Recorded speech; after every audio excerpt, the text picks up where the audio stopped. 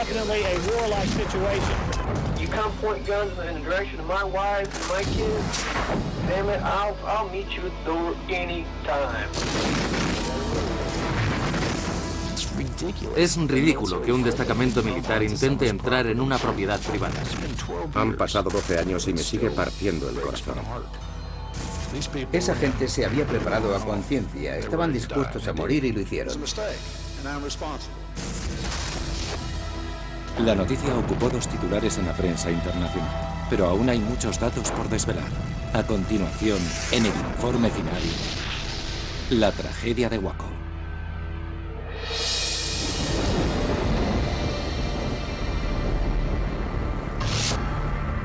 ...28 de febrero 1993... Son aproximadamente las 9:30 de la mañana. 2 camiones para el transporte de ganado avanzan por una carretera de Texas. Ocultos en los remolques viajan 76 agentes de la Oficina para el Control de Alcohol, Tabaco y Armas de Fuego, o ATF. 20 kilómetros al este de la ciudad de Waco, los camiones salen de la carretera para entrar en Monte Carmelo. Este rancho de 28 hectáreas está habitado por los miembros de una secta religiosa llamada la Rama Davidiana.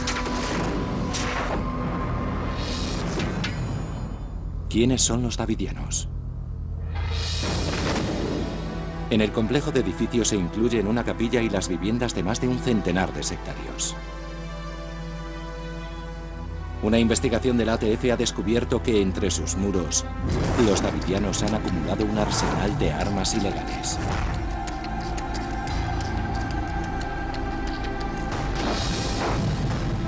Los agentes se disponen a ejecutar una orden de registro en el recinto, así como la detención de David Koresh, el líder de los davidianos, por posesión ilegal de armas. ¿Quién es David Koresh? 9:47 de la mañana. Los camiones del ATF se detienen. Un agente desciende y corre hacia la puerta principal gritando: «Policía, tenemos una orden judicial». David Koresh abre la puerta. Después se oye un tiroteo. Es el comienzo de una verdadera batalla. Un equipo de televisión alertado de antemano graba el enfrentamiento. Oí los AK-47, armas del calibre 50 y lo que me pareció una ametralladora M60. Nosotros no llevábamos armas automáticas, entonces comprendí que teníamos un grave problema. ¿Por qué tenían los davidianos tantas armas? Los agentes de la ATF solo llevaban pistolas y armas semiautomáticas. Estaban decididos a confiscar el arsenal de los davidianos. Sabían que las armas estaban almacenadas en el segundo piso, junto al dormitorio de Koresh. El agente especial Bill Buford y su equipo se abrieron camino hasta allí. Nos disparaban a través de las paredes. La mayoría de las balas venían de la habitación de Koresh, que estaba junto al lado del lugar donde estaban las armas. Las balas atravesaban también el entarimado, alcanzando a los agentes en su retirada. Buford recibió 4 impactos. A las 9:48, un minuto después de que se iniciara el tiroteo, Wayne Martin, un miembro de la secta, llama al 911. Hello? Yeah, this is Lieutenant Lynch. May I help you? Yeah, there's 75 men around our building and they're shooting at us in Mount Carmel. El teniente Larry Lynch, sheriff del condado de McLennan, está de servicio. Mount Carmel? Yeah, tell them there are children and women in here and to call it off. All right, hello? I hear gunfire. Oh, call it off. El teniente Lynch llama a la ATF para informarles de que está en contacto con los davidianos. Nuestra única preocupación era detener el tiroteo.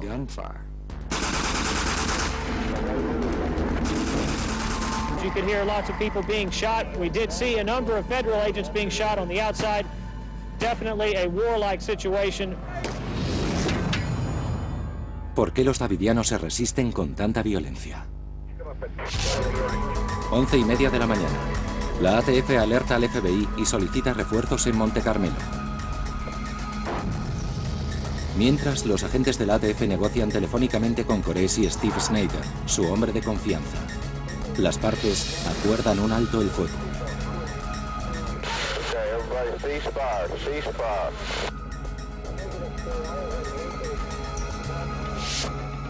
12 y 12 minutos.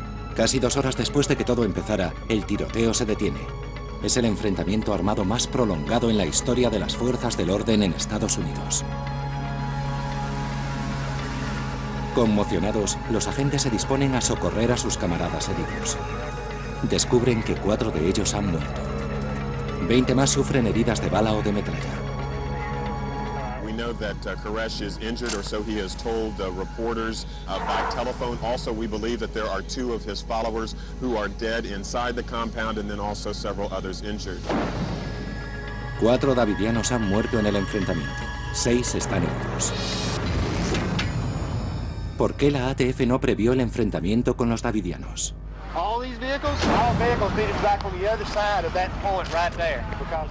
La muerte de un agente de la ATF es un delito federal, por lo que el FBI toma el mando de la operación, que se convierte en un asedio e impide el acceso de la prensa al escenario.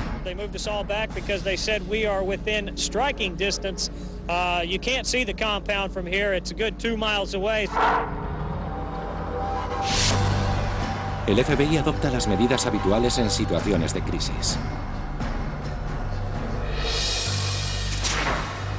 Constituye un equipo negociador y otro de rescate de rehenes. El objetivo del equipo negociador es poner fin a la crisis de forma pacífica, mediante concesiones recíprocas. La estrategia del equipo de rescate de rehenes es muy distinta: usar la fuerza eficaz y contundentemente si fuera necesario. Ambos equipos cooperan para resolver la crisis. El equipo de rescate se ocuparía de reaccionar ante cualquier acción que pudiera resultar peligrosa. El trabajo de los negociadores es mantener abierta la comunicación.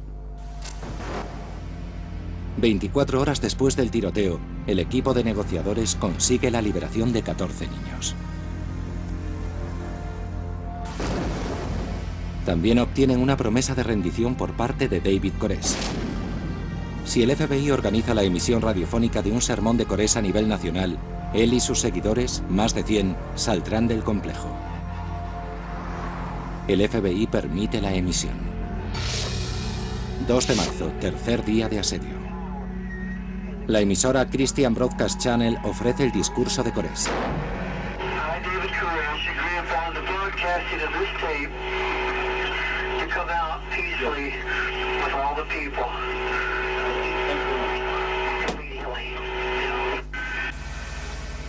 Y continúa con un confuso sermón.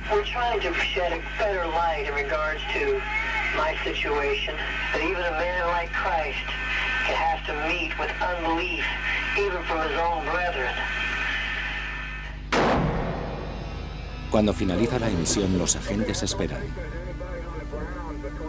Pero el día llega a su fin y no hay ninguna reacción, ningún cambio. 3 de marzo, 10 y 3 minutos de la mañana. Steve Snyder, mano derecha de Koresh, comunica a los negociadores que no saldrá nadie del complejo. Descubrimos, absolutamente decepcionados, que los niños habían cogido sus mochilas dispuestos a salir, pero al final David Koresh les comunicó: Dios me ha dicho que no salgan. ¿Cómo logra mantener Koresh semejante control sobre sus seguidores? Había comenzado una lucha de poder. We're prepared to do whatever it takes, stay here as long as it takes to settle this matter without any further bloodshed. Mientras los davidianos se atrincheran fuertemente armados, los negociadores del FBI esperan. Pero los miembros del equipo de rescate han sido entrenados para el asalto y están listos para entrar en acción.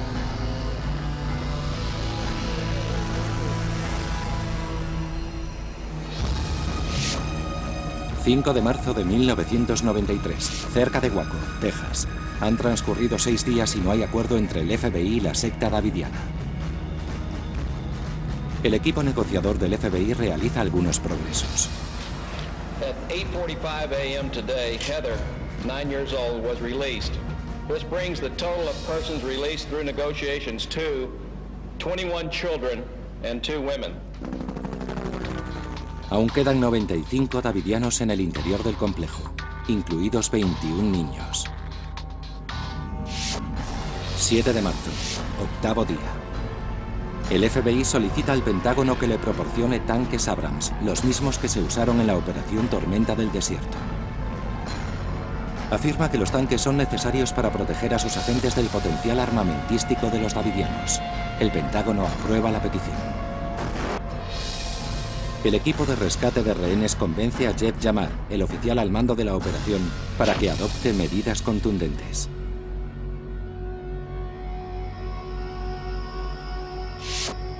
...12 de marzo...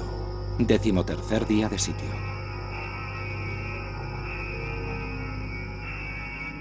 El FBI inicia una guerra psicológica. Asedian al complejo con ruido y música ensordecedores.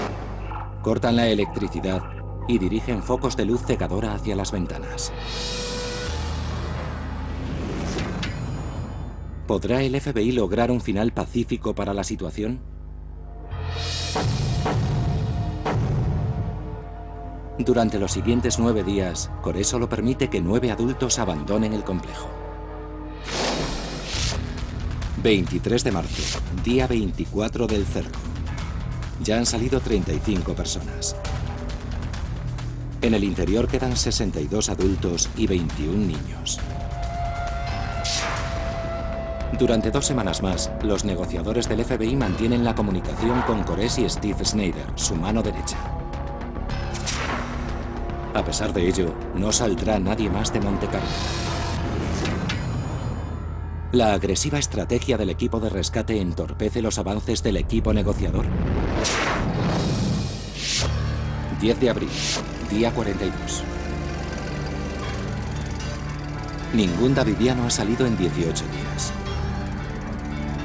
El equipo de rescate intensifica el control sobre el recinto y lo cerca con una alambrada. ¿Cuál es el plan del FBI? 14 de abril, día 46. Corés hace una nueva promesa de rendición. Dice que él y sus seguidores se rendirán cuando termine de escribir su interpretación de los 7 sellos.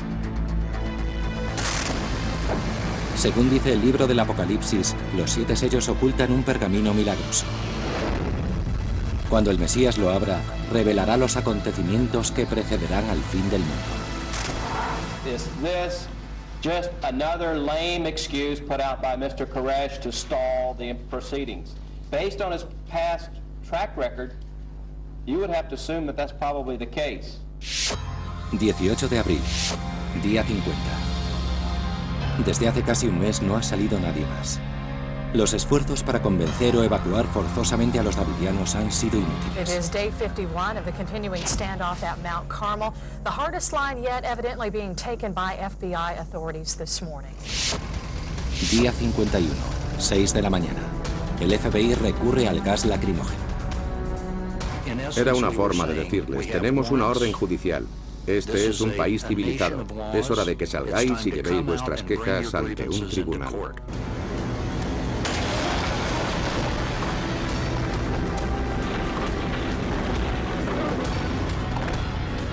Los tanques especialmente equipados lanzan gas al complejo. Es un momento insólito en la historia de Estados Unidos. Por primera vez se utilizan blindados militares contra civiles. Durante toda la mañana los tanques lanzan gas lacrimógeno al rancho de los davidianos. Pero no sale ninguna de las 83 personas que hay en su interior. 12 y 6 minutos de la tarde. Una nube de humo se eleva sobre el complejo.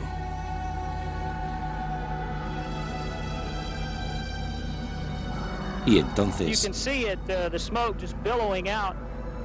I'm looking at if we can see any flames. Oh yeah, there they are coming out the window. This should be a definite determining factor. You should see some people come out of this building fairly soon. 12 y 13 minutos. Los vientos que azotan la planicie tejana a 40 kilómetros por hora avivan el fuego.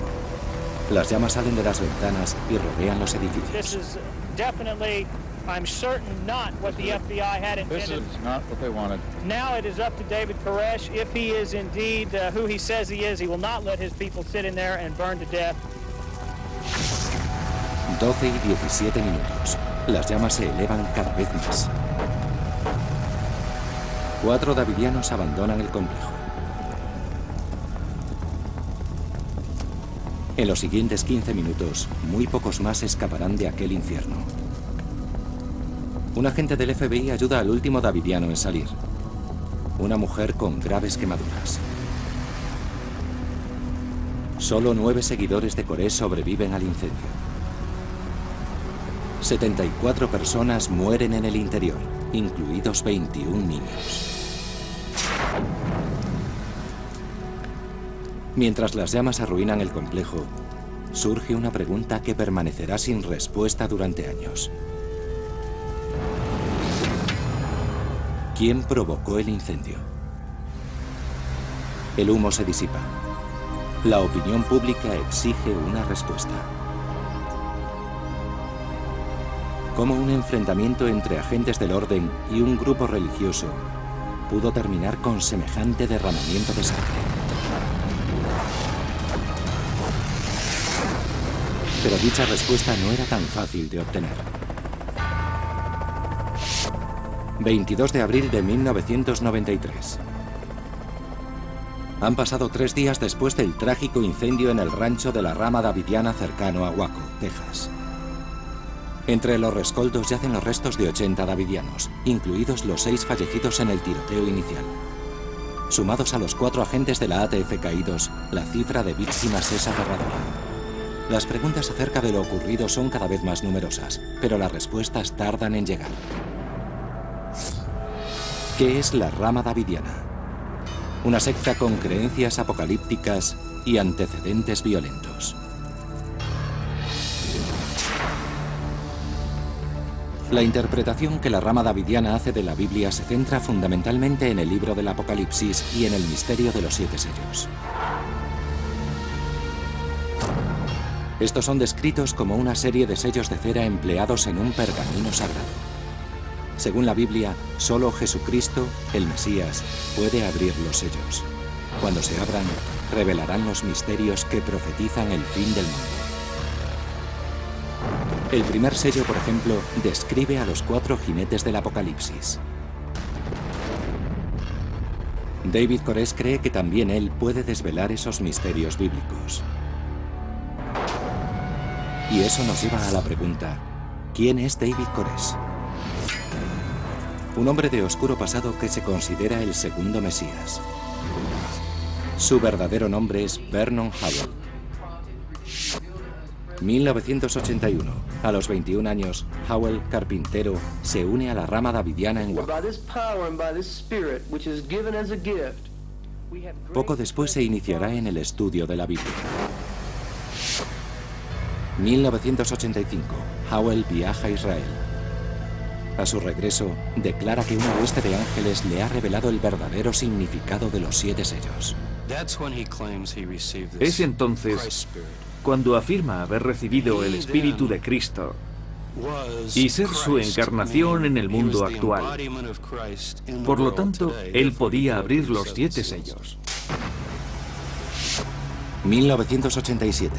Vernon Howell se enfrenta con otro davidiano por el control de la secta.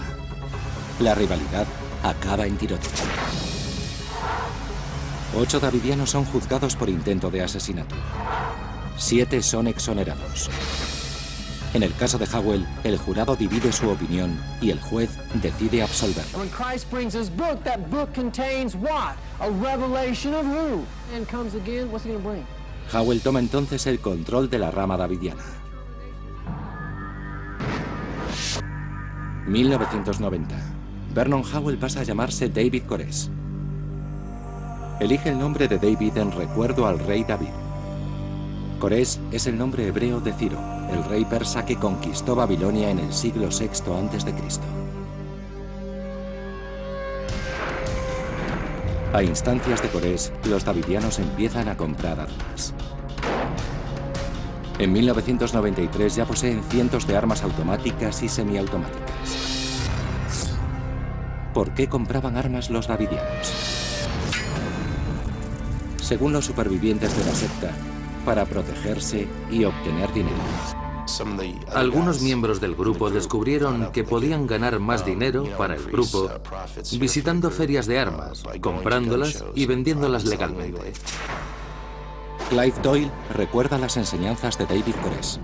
David empezó a explicarnos las escrituras. Nos enseñó que el pueblo de Dios en los últimos días sufriría una gran persecución y que no era malo defendernos. Nos enseñó que Cristo le dijo a sus discípulos que compraran armas.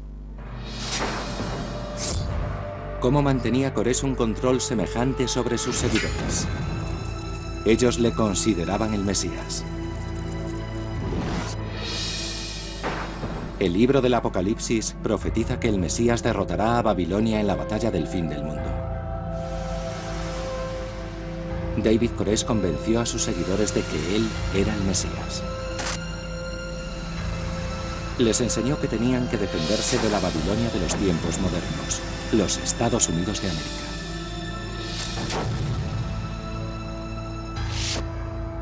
Enero de 1993. La ATF alquila una casa situada frente al rancho Monte Carmelo. Allí se instalan los agentes que se infiltrarán más tarde en el grupo de los davidianos. Uno de esos agentes era Robert Rodríguez, que en la actualidad está retirado. Es la primera vez que habla ante los medios y publica las órdenes que recibió de sus superiores. Querían información sobre la secta y un plano del interior del complejo. La ATF pudo confirmar así sus sospechas. Los davidianos estaban transformando armas semiautomáticas en automáticas. ¿Por qué no previó la confrontación con los davidianos? La ATF creía que el elemento sorpresa neutralizaría cualquier conato de resistencia. A finales de enero, el departamento concluye el plan que denomina irrupción dinámica. Se trata de que 76 agentes entren por la fuerza en el complejo. Antes de enviar a un par de agentes para que llamen a la puerta y se enfrenten a 120 personas armadas hasta los dientes, prefieres contar con fuerzas suficientes para defenderte. Según los informes de la ATF, los varones adultos de la secta solían trabajar en el exterior, en la parte de atrás del complejo, lejos de las mujeres, los niños y las armas. Una de las claves del plan era tratar de separar a los hombres de las armas, entrar rápidamente y detenerlos. Febrero de 1993. Los agentes averiguan que un periódico local, The Waco Tribune Herald, va a publicar una serie de artículos sobre Corés titulada El Mesías Pecador. Los artículos hablan de acusaciones por abusos a menores y proselitismo, e incluyen testimonios según los cuales Corés tendría varias esposas adolescentes. El primer artículo aparece un día antes de la fecha elegida para la redada. A la ATF le preocupa que el artículo provoque a Corés. La mañana de la redada, altos mandos de la ATF ordenan a Robert Rodríguez que vuelva al rancho de los davidianos a evaluar el estado de ánimo de Corés. 8:30 de la mañana. Un cámara de una cadena local es informado de la inminente redada por un ayudante del sheriff. Camino de Monte Carmelo, el cámara pregunta la dirección a un cartero y le hace saber lo que va a ocurrir. El cartero resulta ser cuñado de David Corés. 8:40 de la mañana. En Monte Carmelo, Rodríguez está hablando con Corés cuando un davidiano les interrumpe.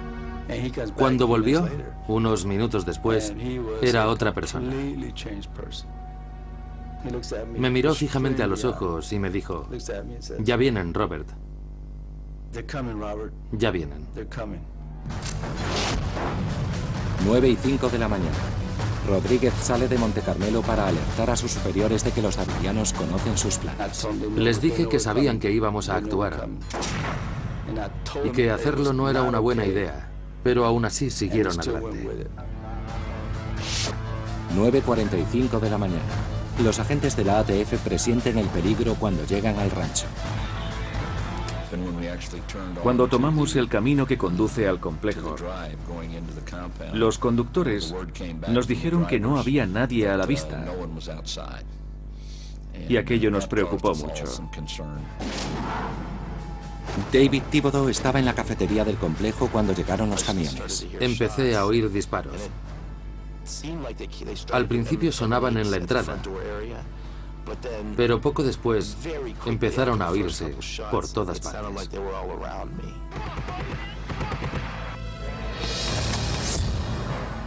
¿Por qué se resistieron los davidianos con tanta violencia? Sin duda, se sintieron atacados. Más adelante, durante el asedio, Koresh lo explicaría en un mensaje grabado en vídeo.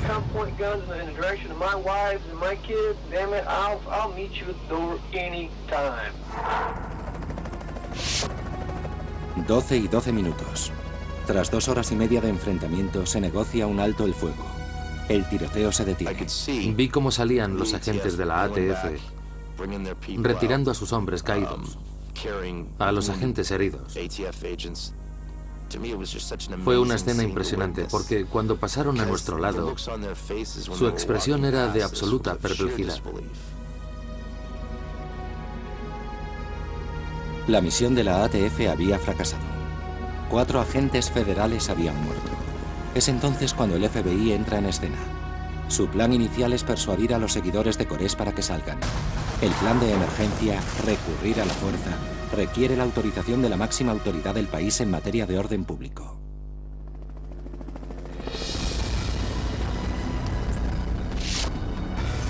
...1 de marzo de 1993. Un día después del tiroteo de Waco, el balance es de 4 agentes muertos y al menos otros 20 heridos.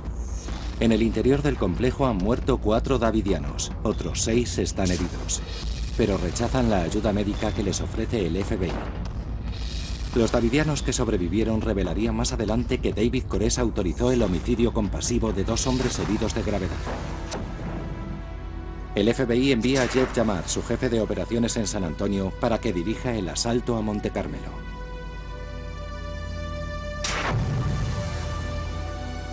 Nunca ha afrontado una acción similar. Pero el protocolo del FBI ordena enviar al jefe de operaciones más próximo al lugar de los hechos. Yamar dirige a 2 equipos con estrategias diferentes.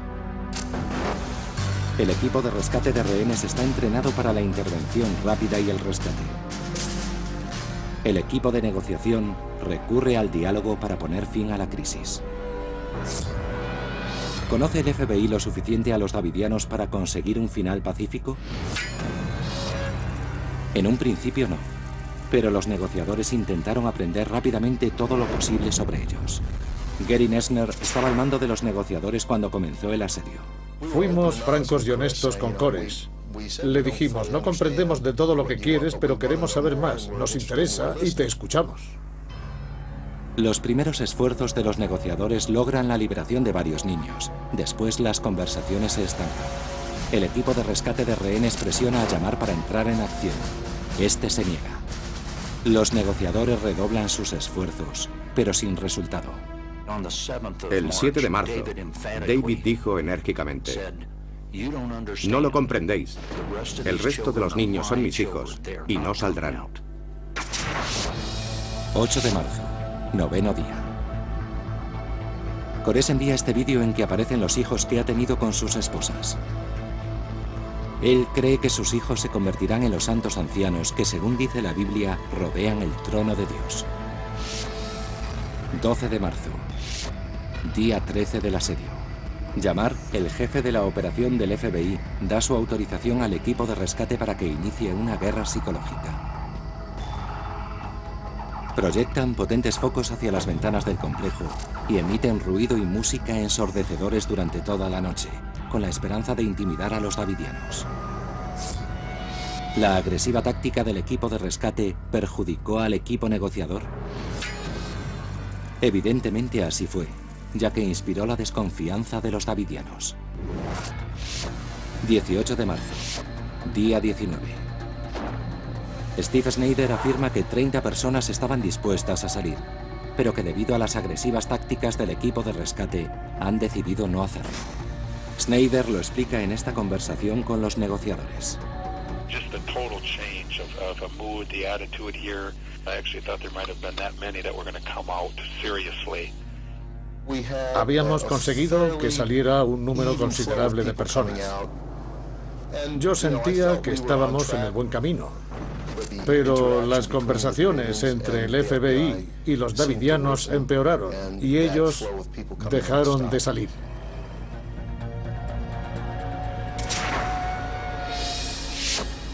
...23 de marzo... ...24 días de asedio. Los negociadores consiguen la liberación de la 35ª y última persona. 62 adultos y 21 niños permanecen en el interior.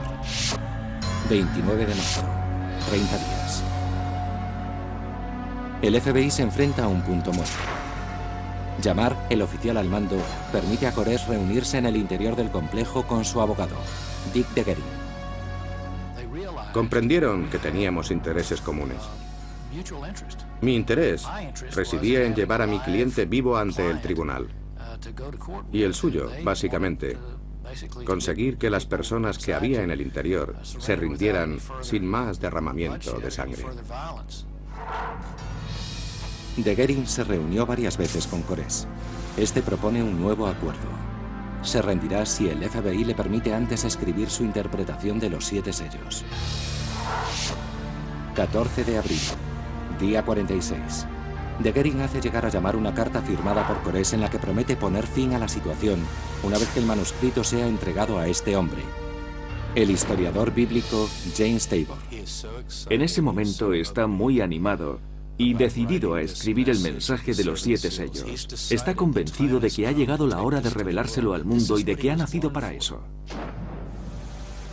Jamar, el oficial al mando, le confirma a Degerin que Koresh dispone de todo el tiempo que necesite para escribir su manuscrito. Pero en ese mismo momento, altos mandos del FBI se reúnen con la fiscal general, Janet Reno. ¿Cuál es el plan del FBI? Una línea de actuación más contundente que obligue a salir a los davidianos. El director del FBI, William Sessions, solicita la autorización de Reno para usar gas lacrimógeno contra los davidianos. Él y otros altos mandos comunican a Reno que las negociaciones han fracasado y que tras casi 2 meses en estado de alerta, el equipo de rescate está desesperado. Afirman además que los hombres de Monte Carmelo maltratan físicamente a los menores, pero no presentan ninguna evidencia. Reno no aprueba el uso de gas lacrimógeno. Los negociadores del FBI desconocen la existencia de esas reuniones con Reno. 16 de abril, 48 días de asedio. Koresh comunica a los negociadores que ha terminado el capítulo sobre el primer sello. En Washington, Sessions, el director del FBI, mantiene otra reunión con la fiscal general, Reno, para reincidir sobre el plan del gas lacrimógeno. Reno solicita que presente un escrito formal explicando el estado de las negociaciones y su propuesta. 17 de abril, día 49. Reno recibe el documento y aprueba el uso de gas lacrimógeno. Los negociadores del FBI ignoran aún la existencia de dicho plan. 18 de abril, día 50. El FBI despeja las cercanías del complejo para preparar el asalto. Acaban de descubrir que Koresh no ha entregado todavía ni una sola página de su manuscrito. Cuando el jefe de operaciones lo descubre, todo se precipita y su decisión es actuar. Jamar da luz verde al plan del gas lacrimógeno. 19 de abril, 51 días de asedio, 6 de la mañana. El negociador Byron Sage llama a Steve Snyder.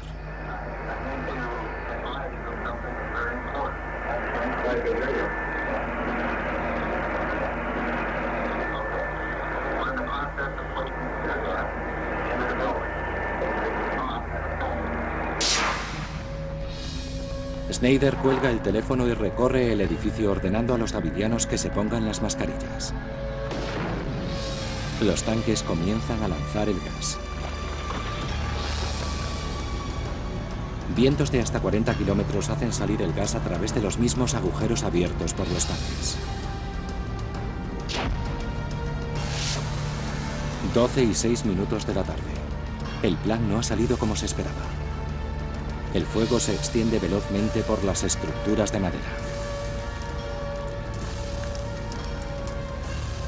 En menos de 30 minutos, las llamas reducen el hogar de los davidianos a un montón de cenizas. Koresh y sus seguidores, entre los que hay 21 niños, mueren entre las llamas. El país exige una respuesta a esta pregunta. ¿Quién provocó el incendio? Todo parece señalar a los propios davidianos.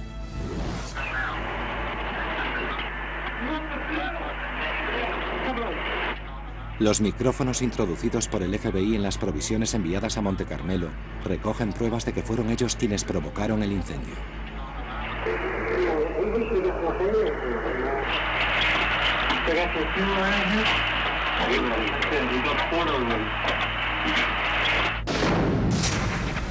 Marie Hagen era miembro del Departamento de Justicia. Era evidente. En la grabación alguien cuenta lo que están haciendo en ese momento. En una de las cintas, un davidiano parece transmitir las órdenes de Koresh.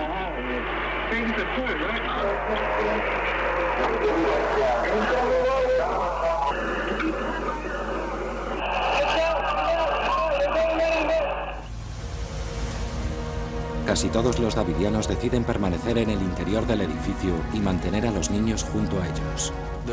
Probablemente los davidianos fueran lo bastante fanáticos o lo bastante crédulos para pensar que, aunque hubiera un incendio, incluso provocado por ellos, podrían escapar. Vivían en un mundo idílico en el que esas cosas pueden pasar, y pasaron.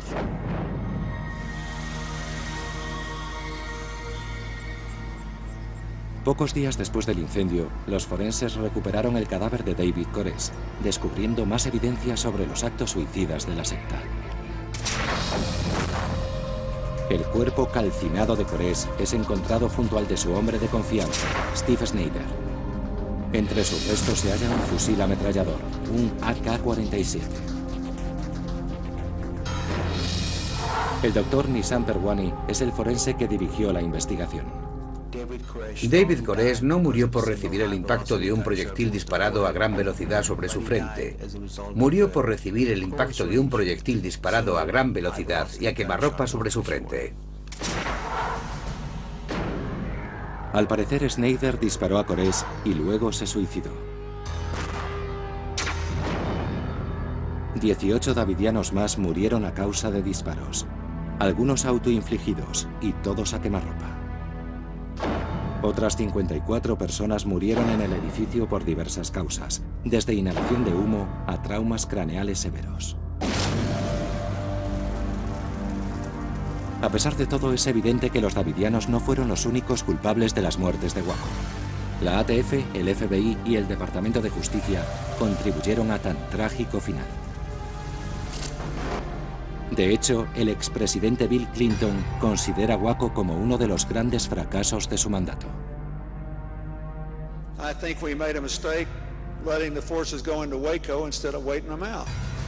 Las conclusiones sobre la tragedia de Waco son muy diversas. 19 de abril de 1993. El enfrentamiento entre las fuerzas del orden y la rama davidiana de Waco, Texas, provoca terribles consecuencias. Antes incluso de que el humo se hubiera disipado, los ciudadanos exigían una respuesta. ¿Quién es el responsable de esta tragedia? I made the decision. I'm accountable. The buck stops with me. En una conferencia de prensa retransmitida en todo el país, la fiscal general de Estados Unidos, Janet Reno, asume toda la responsabilidad. Fue ella quien aprobó el uso de gas lacrimógeno contra civiles fuertemente armados en una propiedad privada. Hay quien exige la dimisión de Reno, pero ella continuará en el puesto con el apoyo expreso del presidente Bill Clinton. La ATF cesó a los 2 mandos que organizaron la primera redada y los contrató 2 meses después. El FBI no sancionó a nadie. Jeff Yamar, el jefe al mando de la operación, se retiró discretamente cuando se apaciguaron los ánimos.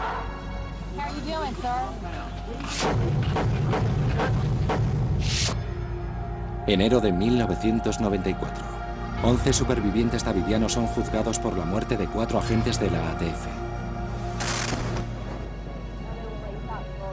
El jurado los exonera de la acusación más grave.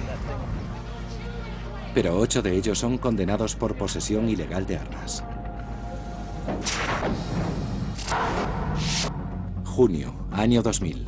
En este tribunal de Waco, el juez declara improcedente una demanda por homicidio contra el gobierno federal interpuesta por los davidianos.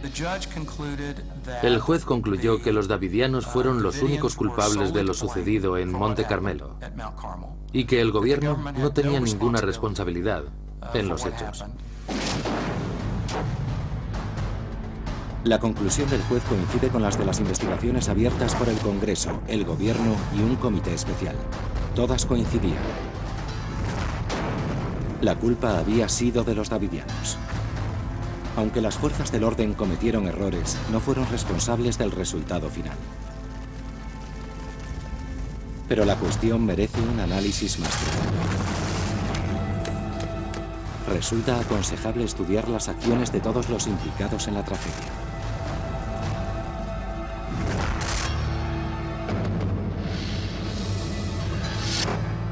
Bajo la dirección de David Koresh, los davidianos habían acumulado un arsenal de armas ilegales. La ejecución de las órdenes judiciales en referencia al complejo davidiano exigían el uso de la fuerza y del elemento sorpresa. Los altos mandos de la ATF se equivocaron al emprender la redada. Siguieron adelante a pesar de que uno de sus agentes, Robert Rodríguez, les informó de que Koresh había sido alertado. Actuaron desafiando las órdenes directas de sus superiores en Washington. La Comisión de Investigación del Senado concluyó que, una vez perdido el elemento sorpresa, la operación no debió ejecutarse. El fracaso de la redada aún sigue atormentando al agente Bill Buford, hoy retirado. Ahora lamento no haber protestado diciendo, no, si saben que vamos a ir tenemos que posponerlo, no podemos hacerlo ahora.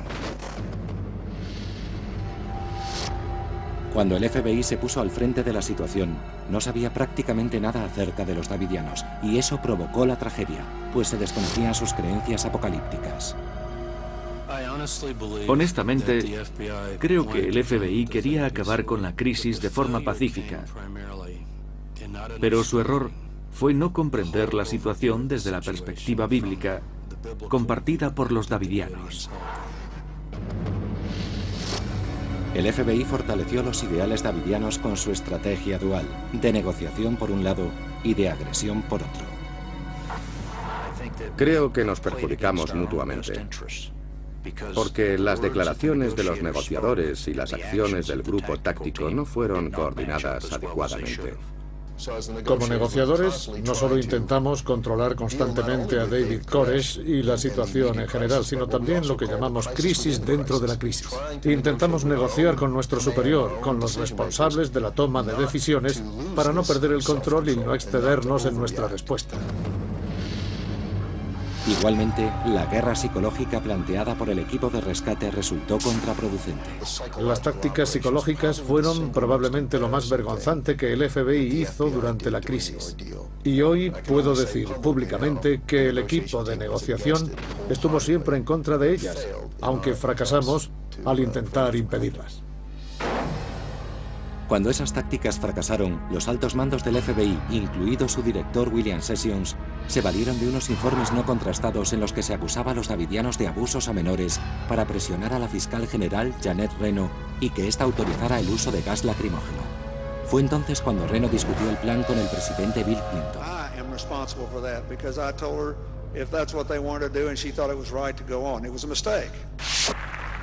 10 de noviembre de 2005. Durante una conferencia en Nueva York, El expresidente Bill Clinton reconoce que Waco fue uno de los peores errores de su mandato. I think we made a mistake letting the forces go into Waco instead of waiting them out. Cualesquiera que fueran los errores del gobierno, los davidianos rechazaron numerosas oportunidades para encontrar una salida pacífica. Pudieron rendirse y sobrevivir. Sus creencias apocalípticas determinaron su terrible final. Creo que lo más probable es que 1, 2 o 3 davidianos provocaran el incendio. Los davidianos que sobrevivieron declararon haber visto a otros miembros de la secta rociar con gasolina varios edificios. Las grabaciones secretas recogieron conversaciones en que se hablaba de gasolina y fuego. Los peritos hallaron restos de sustancias inflamables en los escombros y en la ropa de algunos davidianos. Los más críticos afirman que el FBI provocó el incendio lanzando bombas de gas lacrimógeno dentro del recinto. Esas bombas difunden el gas mediante combustión. Al principio, el FBI negó haberlas usado en Waco. 1999. Una filmación mostró pruebas de lo contrario. Tras una investigación, el FBI reconoce que sus agentes lanzaron las bombas en una zanja situada detrás del edificio de Monte Carmelo, aunque horas antes de que comenzara el incendio. Las lanzaron sobre las 8 de la mañana. El incendio empezó 4 horas después, por lo tanto fueron lanzadas 4 horas antes del incendio. Al parecer, las bombas de gas no pudieron provocar el incendio en la residencia de los davidianos. La tragedia de Waco obligó al FBI a cambiar sus procedimientos. Intentó ampliar sus conocimientos sobre grupos religiosos minoritarios con la ayuda de expertos. Hemos formado un grupo especializado en cuestiones religiosas que se reúne con los altos mandos para estudiar los conflictos relacionados con grupos religiosos. El FBI creó igualmente un grupo especializado en situaciones críticas. Los equipos de rescate y de negociación trabajarán coordinados en el futuro. La fuerza será el último recurso.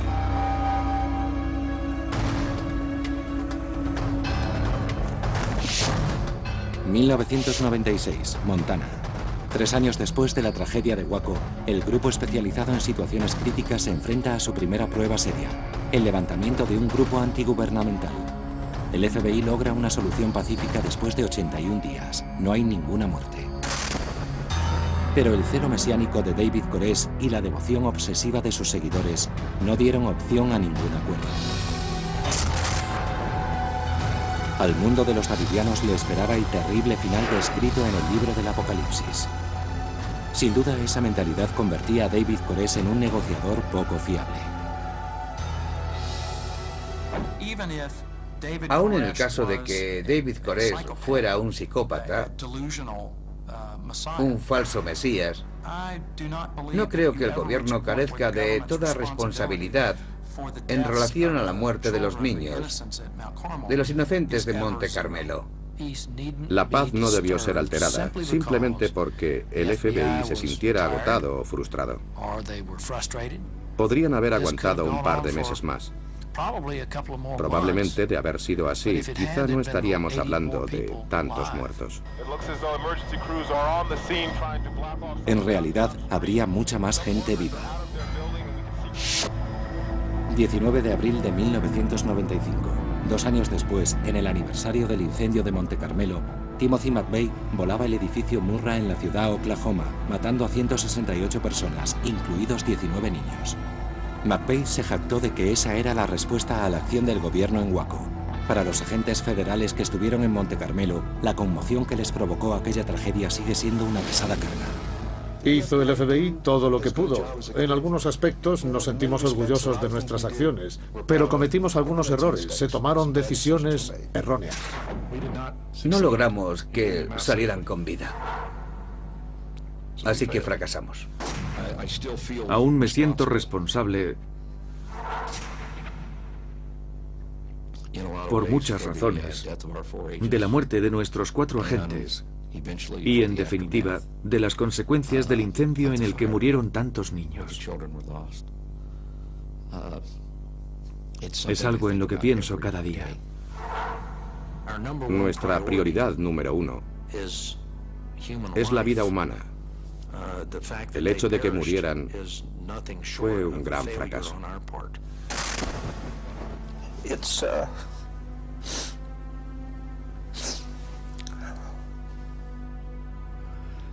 Han pasado 12 años.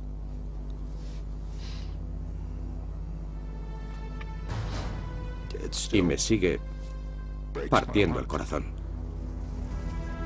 Las vidas perdidas en Waco son un recordatorio constante de que, incluso en circunstancias extremas, el uso de la fuerza no es recomendable. Y nunca debe ser guiado por la impaciencia.